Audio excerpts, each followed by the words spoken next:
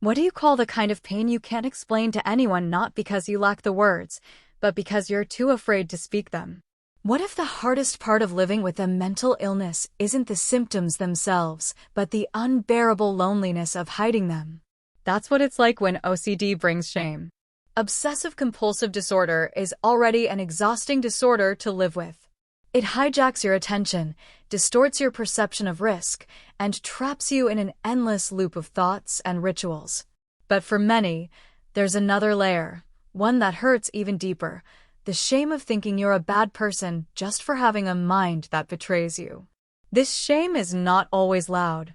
Sometimes it whispers. Other times it crushes. It lives in the quiet moments, in the pauses before you speak, in the glances you avoid, in the prayers you repeat over and over, terrified that you're one thought away from being unlovable, unforgivable. This is the invisible wound we're going to talk about today, the one that bleeds behind the eyes, behind the smile, behind the silence. Shame in OCD doesn't always scream. Often, it looks like silence. It looks like the teenager who spends hours Googling whether intrusive sexual thoughts mean they're a predator, too afraid to ask anyone for help. It looks like the young adult who hides their rituals from their roommates, terrified of being called crazy. It looks like the parent who avoids bathing their own child because their OCD has filled their mind with terrifying what-ifs. It looks like the religious person who prays for hours, not out of devotion, but out of desperation, scared of accidentally blaspheming. It looks like the person who can't enjoy a single conversation because in the back of their mind, they're constantly scanning for signs they said something immoral. This kind of shame isn't just about embarrassment. It's a fundamental fear of being exposed as dangerous, sinful, perverted, or evil. And it thrives in secrecy. What makes OCD so cruel is that it attacks precisely the things you value most. If you deeply care about being a kind person, OCD might make you doubt your morality. If you love your partner, OCD might make you question your attraction. If you're a person of faith, OCD might twist your devotion into torment. Then it tells you, if you were truly good, you wouldn't be thinking these things. But here's the truth OCD won't tell you. You're not having these thoughts because you're bad. You're having them because you're sensitive. Because you care. Because your brain's alarm system is firing too loud and it keeps telling you there's a moral emergency, even when there's none. To understand why shame becomes so overwhelming in OCD, we need to look at the brain. OCD is a disorder rooted in neurological dysfunction, particularly in the corticostriato-thalamocortical (CSC) circuit, which involves error detection, threat assessment, and emotional regulation. In OCD brains, the error detection center, the orbitofrontal cortex, lights up excessively, sending danger signals even when there's no threat. Meanwhile, the caudate nucleus fails to filter out these false alarms, and the anterior cingulate cortex creates an emotional reaction to the doubt. This brain loop doesn't just create fear, it creates doubt. And not just everyday doubt like, did I turn off the stove? But moral, existential doubt like, am I a good person? Or, what if I'm secretly evil? In the absence of education or support, the person doesn't realize this is a neurological malfunction. They believe the thoughts must mean something. And so, shame develops not because they are bad, but because they fear they might be. This is where OCD is fundamentally different from many other anxiety disorders. The fear isn't just about something bad happening, it's about being bad. And that is one of the most emotionally painful positions a human can be in. When someone experiences an intrusive thought, the natural instinct is to get rid of it. They might check, pray, confess, avoid, analyze, or replay situations in their mind to make sure nothing bad happened. These are compulsions. Initially, compulsions provide temporary relief. But over time, they actually reinforce the belief that the thought was dangerous. Each time you do a compulsion, your brain learns, yes, you needed to do that.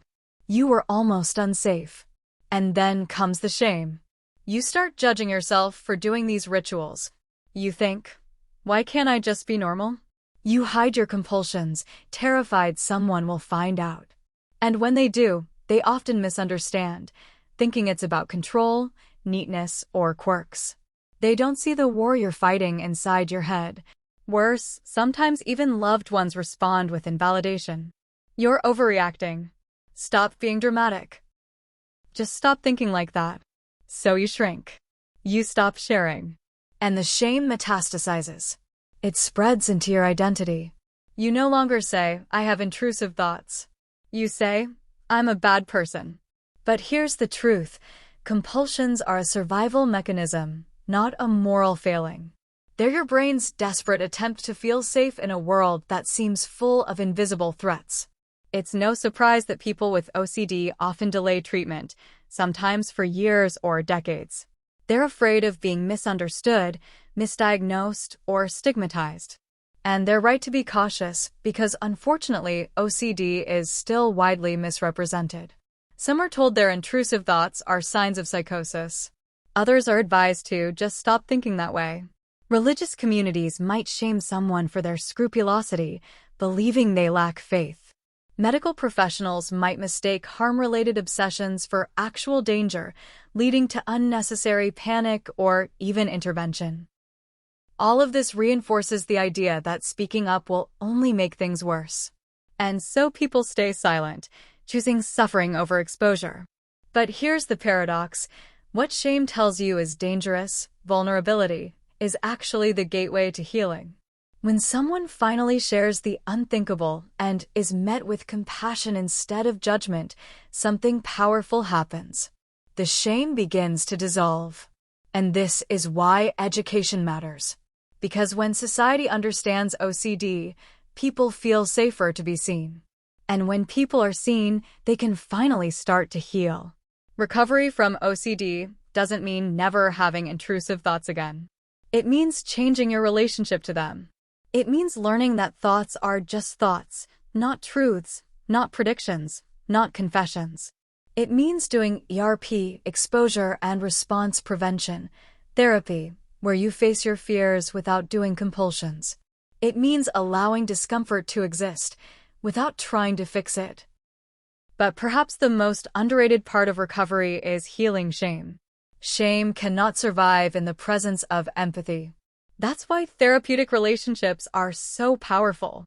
When someone finally says, here's the worst thing I think about, and the therapist responds with, that's common. That's okay. You're not alone. Something changes at a deep level. The healing of shame often requires more than cognitive strategies. It needs human connection. It needs storytelling. It needs compassion. It needs the person to realize that their mind lied to them, but they can choose to stop believing the lie. They can reclaim their identity. They can forgive their brain. They can stop punishing themselves for having thoughts they never chose in the first place. And eventually, they begin to see they were never broken. They were only afraid. And fear is not a flaw. It's a part of being human. As people move deeper into recovery, something beautiful begins to happen. They start building a life not centered around fear or shame, but meaning.